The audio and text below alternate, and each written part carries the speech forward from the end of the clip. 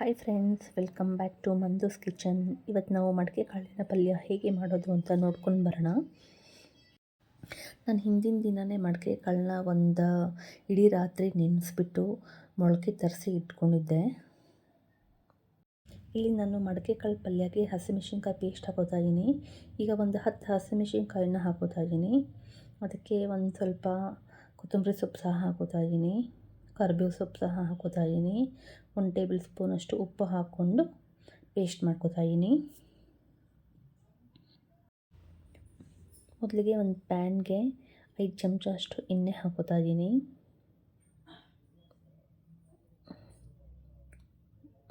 ಎಣ್ಣೆ ಕಾದ ನಂತರ ಇದಕ್ಕೆ 1 ಟೇಬಲ್ ಸ್ಪೂನಷ್ಟು ಸಾಸಿವೆ, 1 ಟೇಬಲ್ ಸ್ಪೂನಷ್ಟು ಜೀರಿಗೆ ಹಾಕೋತಾ ಇದ್ದೀನಿ. ಇದಕ್ಕೆ ಸ್ವಲ್ಪ ಕರಿಬೇವು ಸೊಪ್ಪು ಸಹ ಆ್ಯಡ್ ಮಾಡ್ಕೋತಾ ಇದ್ದೀನಿ. ಈಗ ನಾನು ಹೆಚ್ಚಿಟ್ಕೊಂಡಿರುವಂತಹ 1 ಕಪ್ಪಷ್ಟು ಈರುಳ್ಳಿ ಸಹ ಇದಕ್ಕೆ ಸೇರಿಸ್ಕೋತಾ ಇದ್ದೀನಿ. ಈರುಳ್ಳಿನ ಚೆನ್ನಾಗಿ ಫ್ರೈ ಮಾಡಿ. ಈಗ ಇದಕ್ಕೆ ನಾನು 1 ಟೇಬಲ್ ಸ್ಪೂನಷ್ಟು ಅರಿಶಿನ ಪುಡಿ ಹಾಕೋತಾ ಇದ್ದೀನಿ.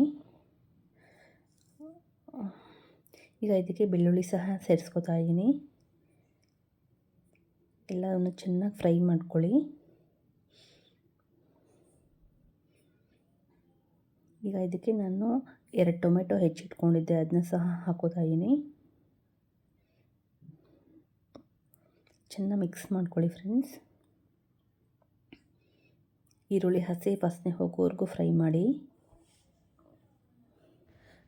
ಈಗ ಇದಕ್ಕೆ ನಾವು ಪೇಸ್ಟ್ ಮಾಡ್ಕೊಂಡಿರುವಂಥ ಹಸಿಮೆಣಸಿನ್ಕಾಯಿ, ಕೊತ್ತಂಬರಿ ಸೊಪ್ಪು, ಕರಿಬೇವು ಸೊಪ್ಪು, ಉಪ್ಪು ಏನು ನಾವು ಪೇಸ್ಟ್ ಮಾಡ್ಕೊಂಡಿದ್ವಿ ಅದನ್ನು ಆ್ಯಡ್ ಮಾಡ್ಕೋತಾ ಇದ್ದೀನಿ.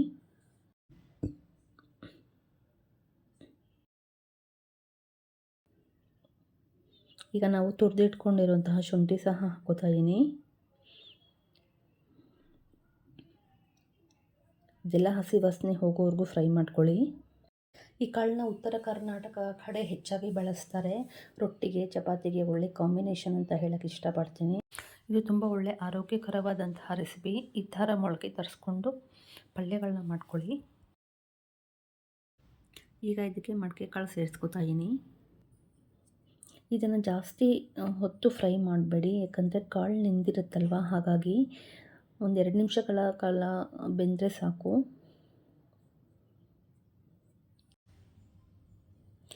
ನೋಡಿ ಫ್ರೆಂಡ್ಸ್, ಈಗ ಪಲ್ಯ ರೆಡಿ ಆಗ್ತದೆ. ಇದಕ್ಕೆ ನಾನು ಕೊತ್ತಂಬರಿ ಸೊಪ್ಪು ಸಹ ಆ್ಯಡ್ ಮಾಡ್ಕೋತಾ ಇದ್ದೀನಿ. ಈಗ ಇದಕ್ಕೆ ಒಂದು ಅರ್ಧ ಚಮಚ ಅಷ್ಟು ಉಪ್ಪು ಹಾಕೋತಾ ಇದ್ದೀನಿ. ನೋಡ್ಕೊಂಡು ಹಾಕ್ಕೊಳ್ಳಿ, ನಾನು ಆಗಲೇ ಚಿಲ್ಲಿ ಪೇಸ್ಟ್ ಮಾಡುವಾಗ ಹಾಕ್ಕೊಂಡಿದ್ದೆ. ಪಲ್ಯ ರೆಡಿಯಾಗಿದೆ ಫ್ರೆಂಡ್ಸ್. ನಿಮ್ಮೆಲ್ಲರಿಗೂ ಇಷ್ಟ ಆಗಿದೆ ಅಂತ ಭಾವಿಸ್ತಾ ಇದ್ದೀನಿ. ಈ ಥರ ಒಳ್ಳೊಳ್ಳೆ ರೆಸಿಪಿಗಾಗಿ ನನ್ನ ಚಾನಲನ್ನು ಸಬ್ಸ್ಕ್ರೈಬ್ ಮಾಡ್ಕೊಳ್ಳಿ. ಹಾಗೆ ಬೆಲ್ ಐಕಾನ್ನ ಪ್ರೆಸ್ ಮಾಡಿ. ನಿಮ್ಮ ಅನಿಸಿಕೆಗಳನ್ನು ಕಮೆಂಟ್ ಮುಖಾಂತರ ತಿಳಿಸ್ಕೊಡಿ. Thank you friends.